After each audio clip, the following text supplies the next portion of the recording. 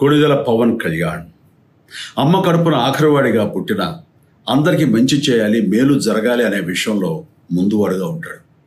తన గురించి కంటే జనం గురించి ఎక్కువగా ఆలోచించే మనస్తత్వం నా తమ్ముడు కళ్యాణ్ బాబుది. ఎవరైనా అధికారంలోకి వచ్చాక ప్రజలకు ఏదైనా చేయాలనుకుంటారు. కానీ కళ్యాణ్ తన సొంత సంపాదనని కౌలు రైతులు కన్నీళ్లు తుడిచేందుకు ఖర్చు పెట్టడం, సరిహద్దు దగ్గర ప్రాణాలొడ్డి పోరాడే జవాన్ కోసం పెద్ద మొత్తం అందివ్వటం, అలాగే మత్స్యకారులు ఇంకా ఎందరికో తాను చేసిన సహాయం చూస్తుంటే ఇలాంటి నాయకుడు కదా జనాలకు కావాల్సింది అనిపిస్తుంది. ఒక రకంగా చెప్పాలంటే సినిమాలోకి తను బలవంతంగా వచ్చాడు, రాజకీయాల్లో మాత్రం ఇష్టంతోనే వచ్చాడు.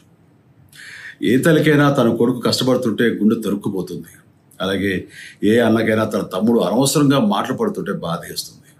అలా బాధపడుతున్న నా తల్లికి ఈ అన్నయ్యగా ఒక మాట చెప్పాను. నీ కొడుకు ఎంతోమంది తల్లుల కోసం, వాళ్ళ బిడ్డల భవిష్యత్తు కోసం చేసే యుద్ధం అమ్మా ఇది.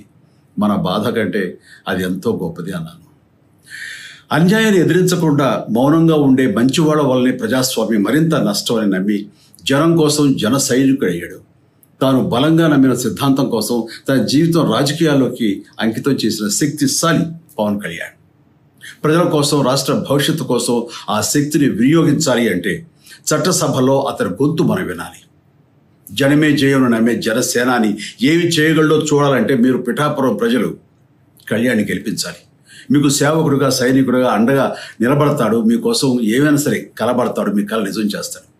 పిఠాపురం వాస్తవ్యులకు మీ చిరంజీవి విన్నపం, గాజు గ్లాసు గుర్తుకి మీ ఓటు వేసి పవన్ కళ్యాణ్ని గెలిపించండి.